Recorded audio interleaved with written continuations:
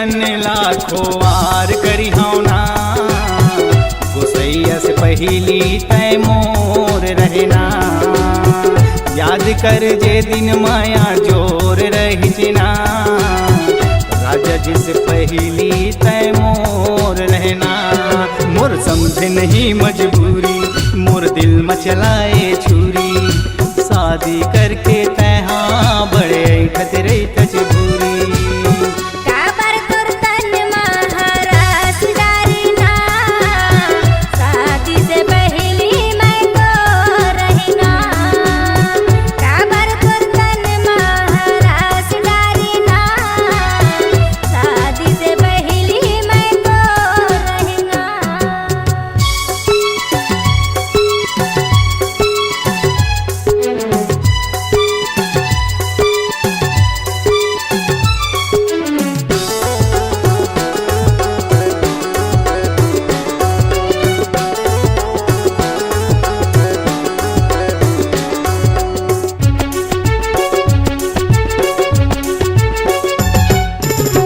होगिच माया जब रहे नादान रे, तोला खावा के माया करे जवान रे।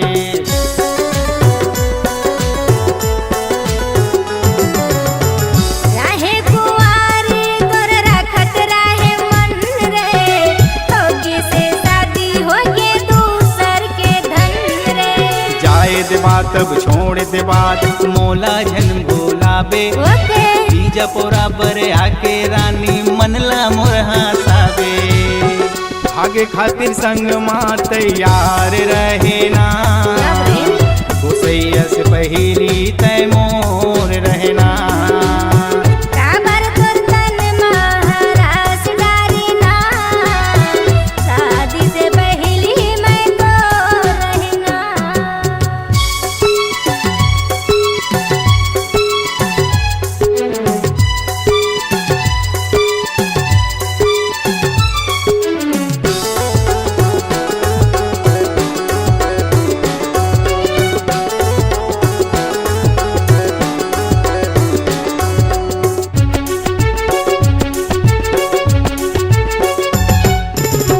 टूट के माया मोरे छीन डारे चैना, देखे बरात दिन तरसते नैना।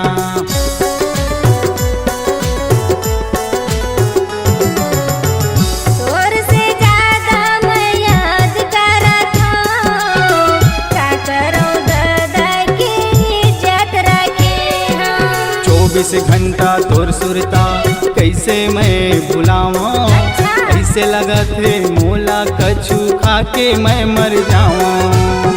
इंद्रजीत के दिल के करार रहे ना, गोसैया से पहली तय मोर रहना।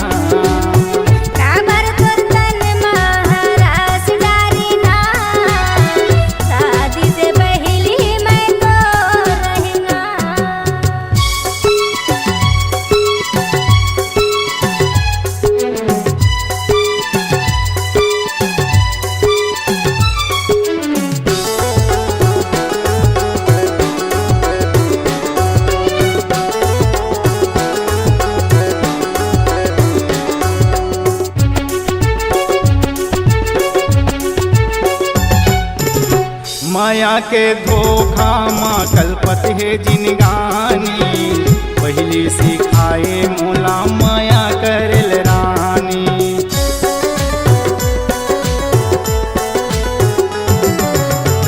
अभी ले हवा मैं तोर दीवानी, लड़की के जात कैसे करते मनमानी। माटी मामी लाद तय सोचे जम्मू सपना, शादी करके बीज कनवाला बना डारे तय अपना। ताई दगाला हमर माया नहीं बताए ना, गोसैया से पहली तय मोर रहना।